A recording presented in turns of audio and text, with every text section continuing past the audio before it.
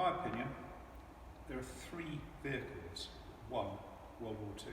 Two of them are tanks, the American Sherman and the Russian T-34, but the third is the vehicle I'm sitting in, and this is a Willys Jeep.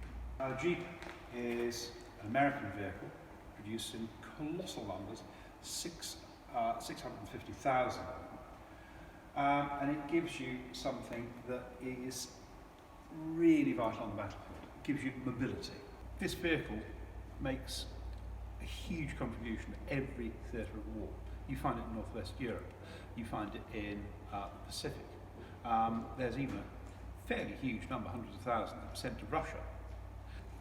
It's four-wheel drive, it goes just about anywhere, you can mount weapons on it, you can stick it in a glider and roll it down the ramp in front.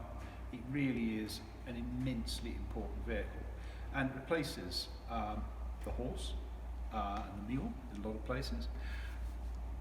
You really can't underestimate the importance of this super rugged, highly mobile vehicle. The Jeep itself, massive production, as I said, 650,000 of them. Two main companies, Willys, who are the originators, and Ford.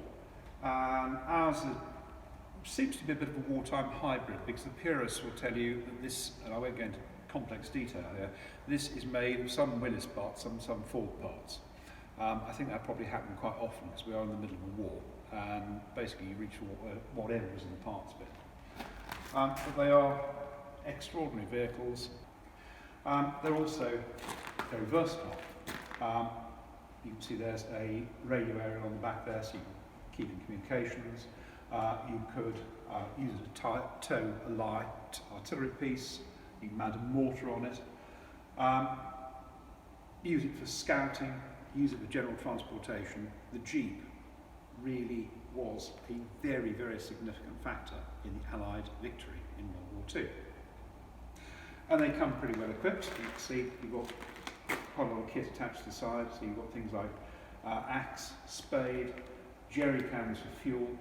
On the bonnet there is a big white star, and that's an air recognition symbol. It's used by all the Allied countries, by ourselves and by the Americans, basically because you don't want to get shot at by your own aircraft. Nobody's entirely sure where the name came from, but it's probably a corruption of GP.